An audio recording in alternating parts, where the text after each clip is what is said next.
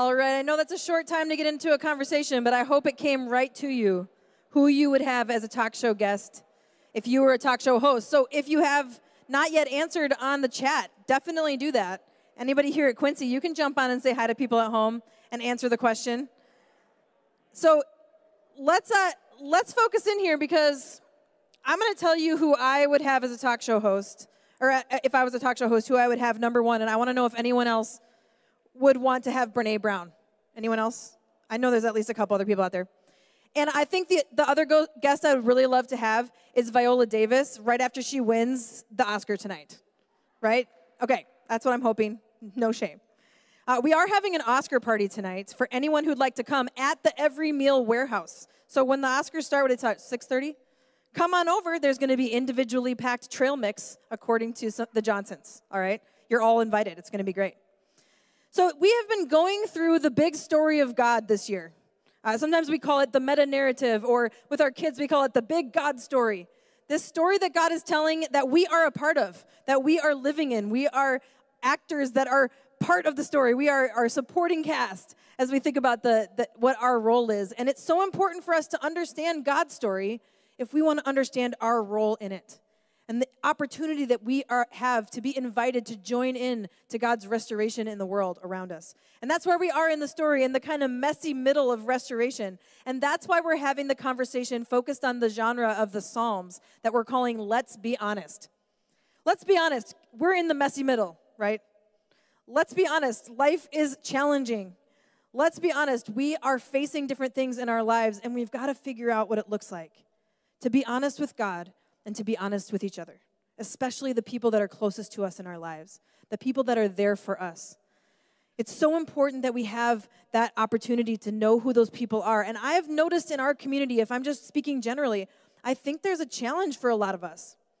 We for the most part, we're people who figure it out, right? We kind of know what we're doing until we don't. And we don't always know who those people are that we would be honest with. I think there's a struggle there for some of us, and I wonder about this challenge that this conversation, Let's Be Honest, might have for us. I've heard from so many people, I wish there were people in my life that I could just go deeper with. And what I want to say to every one of you, yeah, you start that. It starts with you. And I'll just tell you right now, here's your second DTR of the day. Everyone else is wanting that, and you're wanting that, and so let's figure out how to go there with each other. I don't know if you've noticed, but in my life, I've noticed that as you get older, it sometimes seems more difficult to build deeper relationships. I don't know, maybe that's just me, but when I was younger, it felt like we could go there quicker. Maybe because we had more extra free time or something like that. But with the challenges and the complexity of adulthood and all that comes with it, and all the things we've faced in the last year like we've faced, I think it is a real challenge for us to have those deeper relationships.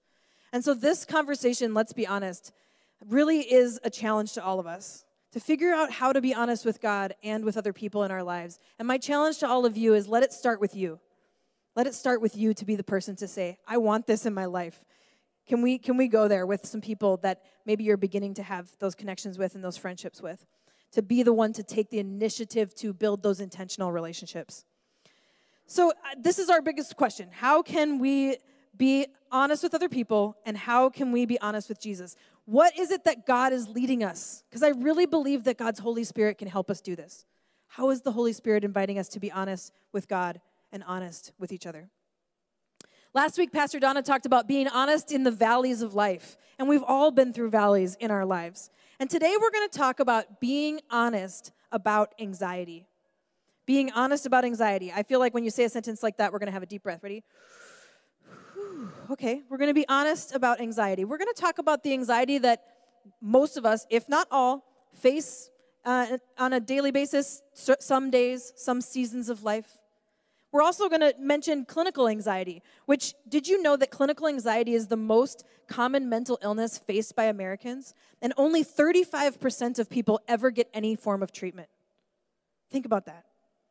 I'm going to give you a definition of anxiety so that we're all on the same page. And this is the definition from the American Psychological Society. We can put it up on the screen.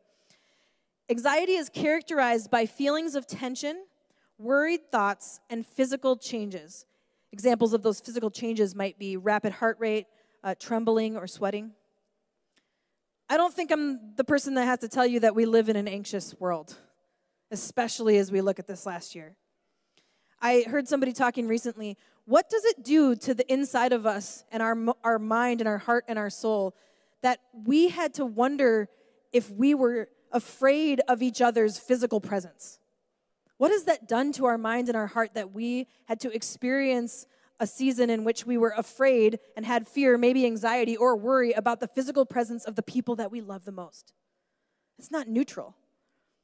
I think about this last week, and as we were in this experience of the Derek Chauvin trial for these many weeks, and then there was that hour-and-a-half period before they said there's going to be an announcement of the verdict, and some of you heard about it then and then had the hour-and-a-half to wait.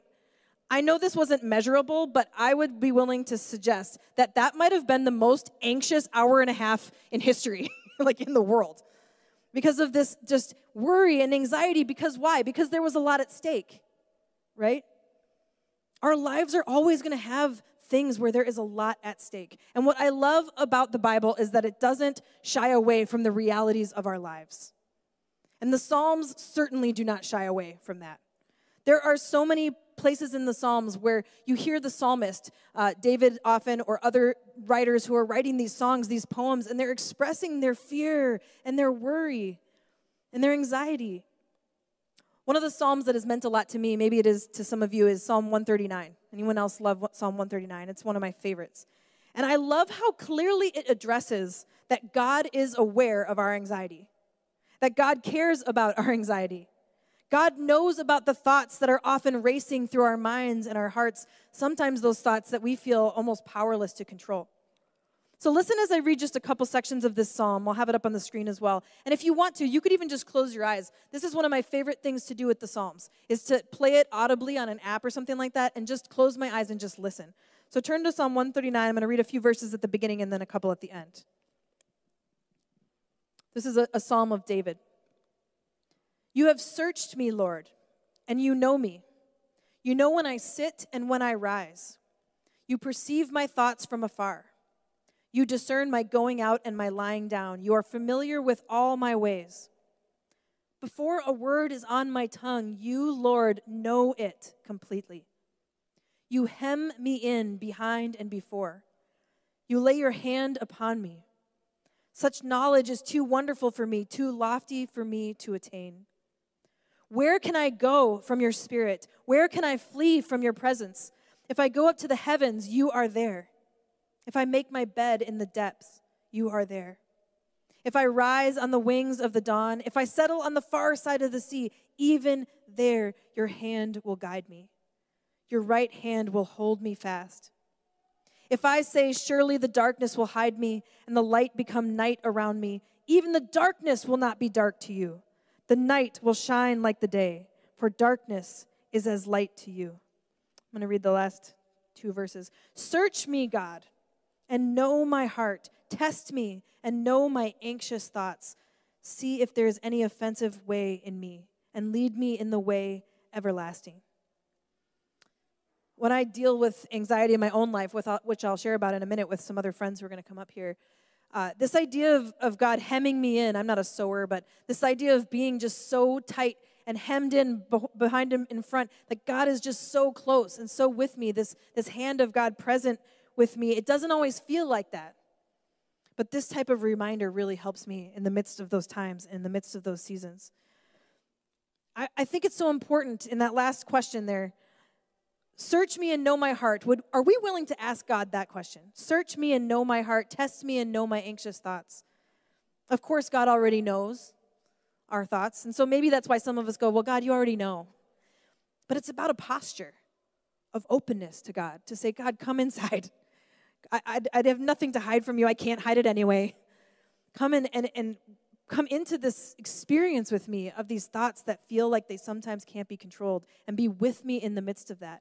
God already knows it, but here is something that I think is so key. God isn't anxious about our anxiety. And the problem with that is that sometimes other humans are, because anxiety is kind of contagious, but so is courage. And God can give us that courage to be honest about our anxiety with each other. But trust me, Jesus is not anxious about your anxiety, and you can bring those realities, whether you're experiencing some of that everyday anxiety or whether or not maybe you're in a moment where you need to say, I wonder if there's some chronic or clinical anxiety that I need some more resources for. Because apparently only 35% of people are even looking into those resources. We'll talk about some of those today. So today I have two others who I'm going to invite to come on up. So come on up, you guys. We're going to have a little dialogue on this topic. The first person is Kavan. Many of you know Kavan as one of our pastoral interns. Yes, give him a round of applause. I'll just tell you that Kavan has a very close relationship with Fillmore the Fox, don't you? Aren't you and Fillmore the Fox are close? I've been told. I mean, we know each other. Yeah, you sometimes you text. Yeah. We've never been in the same room together, which is weird, but... It's weird that you've never been in the same room when we know you're so close to Fillmore the Fox. Yeah. Yeah, that's interesting. I mean, we talk a lot online. Yeah, you talk. Fine. Yeah, you chat. And Kavan, thank you for your courage to be willing to share some of your experience with anxiety today. And then we have Christine. Everyone say hello to Christine. Christine is an amazing cello player, obviously. That's one of the things people know about her. She's also a little shy when we say stuff like that, sorry. And she is a PhD candidate in the counseling psychology program at the U of M. And when we say candidate, we mean like the dissertation is coming up. Do we have a countdown yet? How many days? Or It's a little less than 2 months. A little less than 2 months. So she defends her dissertation. Praying for you. We're praying for you. But you've had a lot of different experience over 5 years plus, counseling in different settings with students at the VA, with different people who've gone through different types of mental illness and many different things. And so you're going to share from a personal perspective, but also as a therapist and as somebody who's got a lot of experience in this area. So thank you, both of you, for being willing to be here and to have this conversation. So the first question that I'm going to ask of our panel, and I'm going to include myself in this as well, is what has your experience with anxiety been like in your life? And maybe you want to talk about this past year, or just generally speaking. So Kavan, do you mind just starting off? Sure. So for me, anxiety and depression are very much intertwined, and they kind of reinforce and amplify one another. So for me, it took a long time to kind of differentiate the two of those things. I've dealt with it for many years. I didn't really realize it for a long time because I wasn't getting the help I needed for a long time. But a lot of it has to deal with when I'm in not so great work situations. That's when I experience the most anxiety. So, for example, when I worked in retail up until about a month and a half ago, anytime a customer would come in and unfold something, I would maybe get like really upset because they didn't fold it correctly, and I would just go into like overdrive. I'm that customer sometimes. Yeah. I'm so sorry. I'm that customer sometimes. Yeah. You need to stop that. No. But that's where it felt so irrational, and I'm like, why am I like so angry? My heart's racing, and our corporate leaders were asking us to have really high conversion, which is like a high percentage of people buying that are of what's coming in. And if they didn't buy, I'd be like, no, they didn't buy, and I just would get so stressed out over seemingly nothing, and I'd be like heart racing and all that sort of thing. And so it was very, very strange for me. And then certainly over the last year, there's been a lot of things going on. I've experienced a lot of the same anxieties that many of you have felt with, the pandemic, the social reaction to the pandemic, political division, all those kinds of crazy things. And then, of course, I have my own issues beyond that. So like the day that we had my grandma's funeral, as we were leaving the funeral, we found out there was a riot happening at the Capitol. And job searching has been really hard. I'm sure some of you are in that same boat as well. I've been looking for different jobs, and there's just not a lot of opportunities out there right now. And then, just so many things all kind of happening at once for everybody. And so it's just been a very anxiety-inducing year for a lot of reasons. Yeah, absolutely. Absolutely. I think when I think about my experience with anxiety, of course, I've come alongside a lot of people who have experienced it. And this year, I would say, was such a intense experience of anxiety for me in ways that I had never experienced in my life. So it felt really new to me this year. Maybe some of you are in that boat too. In fact, I think the statistic I saw was that in America, it went from 1 in 10 saying that they were experiencing anxiety at any one point to 4 in 10 during this time of COVID. And I was one of those people that was added to that. I'd never felt like I couldn't control my thoughts before. And for me, maybe one experience that I had was, it was very metaphysical. I would get a headache or my stomach would be upset, and I knew it wasn't for reasons like I ate something weird. I knew that there was this anxiety that was affecting my whole body. And it was a very new and different experience for me. And I had some conversations with my counselor that I meet with, and she gave me some great tools, but tools that I had never even asked for before because I had never felt so deeply like I needed those to be able to stay present with my relationships in my life, much less anything else we're doing, including, leading here and lots of other things. So that's been my experience. What would you say, Christine? Yeah, I definitely agree with what both of you said about the past year being a very anxiety-ridden year. But I think what actually comes to mind for me when I think about anxiety in my life is my first year of graduate school. And so I was really, really anxious whenever I was doing my schoolwork or my research. I think any time that I sat down to work, I just became really focused on worries about being not good enough, worries about failing, worries about other people thinking I wasn't smart enough. And it was very, very hard to get any work done that first year because I would just sit and kind of go to that place of catastrophizing, of thinking like, I can't do this. And so that was a very difficult year for me.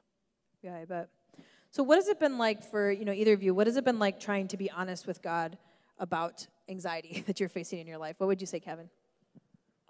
For me, being honest with God has usually been relatively easy because I'm like, okay, God already knows. God's omniscient. He already knows.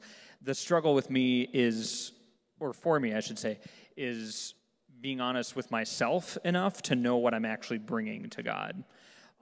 For years, I couldn't name my depression or my anxiety, and so I would just think that I was weak. I just thought, I can't handle basic situations in life. I always knew that, like, okay, there are people who are starving. There are kids that need meals, and they can't focus on school because they don't have that, and I'm sitting here complaining because, somebody unfolded something? Thanks, Steph. But once I was able to name that, I could come to God and be like, okay, God, I'm having a depression moment. I'm having an anxiety moment. I need help. And so really being able to name that was crucial for me in being able to come to God and be honest with that.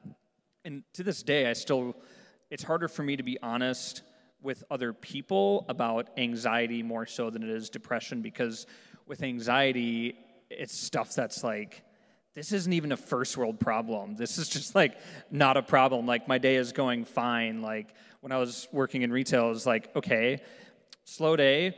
People came in, a couple things were purchased. I helped them. That was great. But all day I was just like trembling and my heart racing because I was so stressed out about minor things, like if they were going to buy something, if we were going to make our numbers for the day. And like, not big problems, but anxiety makes it feel that way. So when I come home and my parents ask me, how's your day? I say, I'm fine, because nothing went wrong. I did the normal things that were involved with my job, but actually it was a super stressful day and I wanted to kick everything and Hulk out. Like I basically become a Hobbit-sized version of the Hulk when I'm experiencing high anxiety. I do a good job of hiding it, but I just, yeah. So, yeah, easier for me to be honest with God than with people, actually. Yeah, that makes sense. What did you say, Christine? Yeah, I resonate with that so much, Kevin, and I was thinking the same thing. I think that I really struggled to be honest with myself and with other people during that first year. I think there's a couple thoughts that came up. First, the thought was, maybe it's not so bad. Maybe this is just a normal part of grad school, that you feel like you're not good enough all the time. And then the second thought was, why can't I fix this? Especially as someone who was going to school for mental health, I felt like I should be able to fix this on my own. I should know better. And then that led to this third thought of, what's wrong with me? There's something wrong with me that I can't fix this on my own. And so I was so afraid that if I told other people about what was going on, that they would feed those same thoughts back to me of, why haven't you fixed this yet? Maybe you should just pray to God more. Maybe you need to trust God more, and that's why you haven't fixed this. Or maybe things aren't so bad. And so it's really interesting that it was so hard to be honest with myself and other people, while at the same time, there was so many nights that first year where I just lie in bed and sob at night because I was having such a difficult time. So it's really interesting to see that distinction between how I was with myself and others versus with God. Yeah, absolutely. I've noticed in my life, I try to bargain with God. Does anybody else do that? Like, this feels terrible. If you take this feeling away, I'll do something good. I don't know what it is. I also feel that when I have like the stomach flu. It's just like, please take it away. But that's what pain does, right? Pain puts you into a spot that is kind of irrational. And I think that question, what's wrong with me? It's like, well, I'm a normal human being experiencing a lot of stress, and that's okay. And it's relative, right? You mentioned the first world problem idea. And the truth is that we all experience things that are difficult and at different relative degrees. And if we're going to show up to other people, we got to show up with our anxiety to God and the people in our life who can help us. But that is easier said than done, and it has been for me as well. And so I find that to have an honest conversation with God versus just like a please take it away conversation has been harder. And maybe because there were people in my life who said things like the same thing Christine said, just pray more. And I think that that's a mistake when God has given so many tools and resources to so many people who are so smart, including people that Christine is studying with, to come alongside, because God's healing is God's healing no matter what God uses to bring that healing, I think. So that's been something I have to remind myself of as I approach that as well. Actually, Christine, do you think you could talk a little bit more just from a perspective as someone who's studied the brain and studied our emotions, just from that kind of perspective as a psychologist about what's happening in our bodies and our minds when we're experiencing anxiety?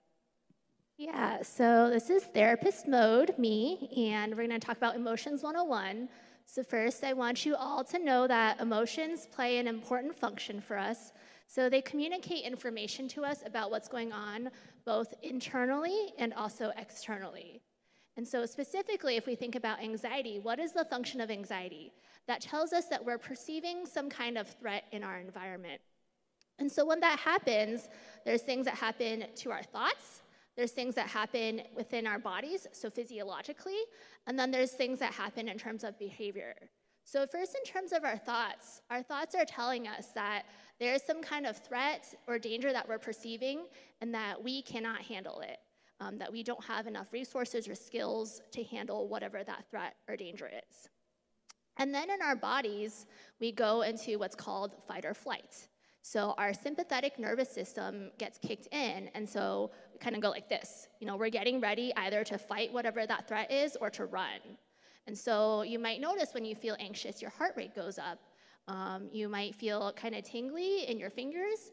That's because your brain is redirecting your blood flow to essential organs. And so more peripheral organs that aren't necessarily involved in that survival response, they're getting less blood flow. And you might notice, feeling more energy. It's because your body is producing adrenaline and other hormones to help you, get away or fight that danger.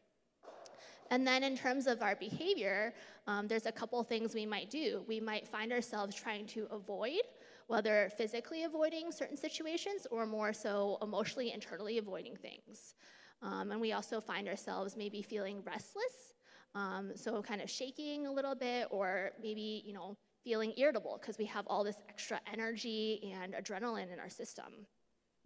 Yeah, absolutely. I know you studied a little bit on the topic of racial trauma and how, which we'll talk about trauma again in this conversation in this series, but how as we look at the experience that so many people have been having, whether it's the BIPOC or specifically the AAPI community, the racial trauma leads to this specific type of anxiety that people are facing. I know you studied some of that. I don't know if you want to say anything about just what that experience is like being in an atmosphere where this is such a constant conversation. Yeah, and I think that when this comes up in therapy, I really have to hold this tension of, anxiety or generalized anxiety, which is clinical anxiety. There is this kind of oversensitivity to threat. And yet at the same time, there's things that are happening in our world and the way that our country is structured that make those threats very valid. And so it's possible that it could be one or the other, or it could be both. And so I think when that comes up in therapy, I want to walk very carefully and not invalidate people's very, very real experiences. What would you say about the reality for us when we're feeling that heightened anxiety so often? Like what's happening to our bodies and our nervous system when there's not a bear or there's not something scary, but it feels like it because we're experiencing that so deeply. Yeah, I like to make the analogy of anxiety as this alarm system. So again, it's detecting threat. And sometimes that alarm system can become oversensitive and constantly, pick up on threats, even if that perceived threat is not there all the time, the bear's not there all the time.